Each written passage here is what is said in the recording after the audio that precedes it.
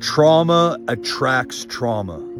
See, when you have unresolved trauma, when you have issues that operate in your life without your permission, things that you live in denial about, things that you suppress, that you avoid, that you evade, things that you try to forget, things that you bury and push down, guess what?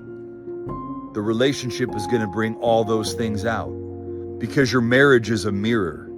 It reflects back to you all of the areas of your life that you need to work through. And see, we don't have marital problems. We have personal problems that affect our marriage. And I guarantee you, you and your wife have unresolved issues that have yet to be processed. And what happens is you antagonize one another's trauma and you think it's a surface level issue. You think it's a communication issue. When really, it's emotion regulation, it's conflict resolution, it's stress management, it's cognitive distortions, and it's both of you trying to get your needs met, but at the same time being avoidant or anxiously attached and creating these cycles of pursuit and withdrawal inside your relationship. Avoiding vulnerability, avoiding being honest, not trusting one another, operating out of insecurity.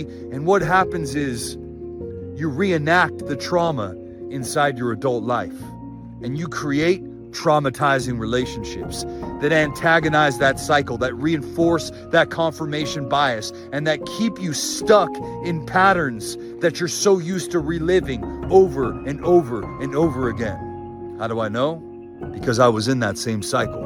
And see, solving your marital issues means solving the crisis and the internal issues, your inner conflict, the things that have gone on with you prior to even being married. And I know I can hear it already. I don't have those issues. I'm a success. How am I able to be successful and operate in these areas? Listen, brother, you don't have to consciously think about those things for them to affect you. And most of your success was driven out of those things.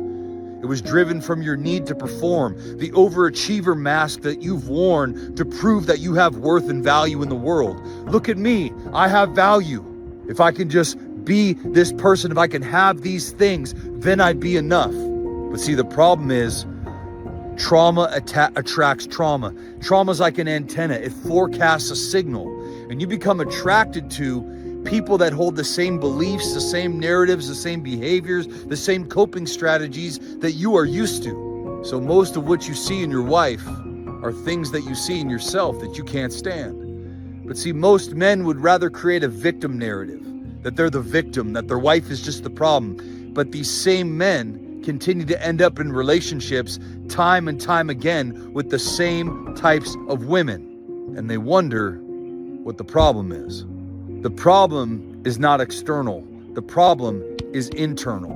The problem is an internal crisis that a man has yet to prioritize, because most of his life he has never been honest about any of that. He sees vulnerability as a weakness. He doesn't see it as a portal to healing, as a way to mold him into something formidable and strong. He sees it as a liability. But I want to encourage you, brother, to open up your mind to the reality that there are literally brothers going through the same struggles that you are, and they are eagerly waiting to reach their hand out to help you. And all they're waiting for you to do is to accept the help that's being offered.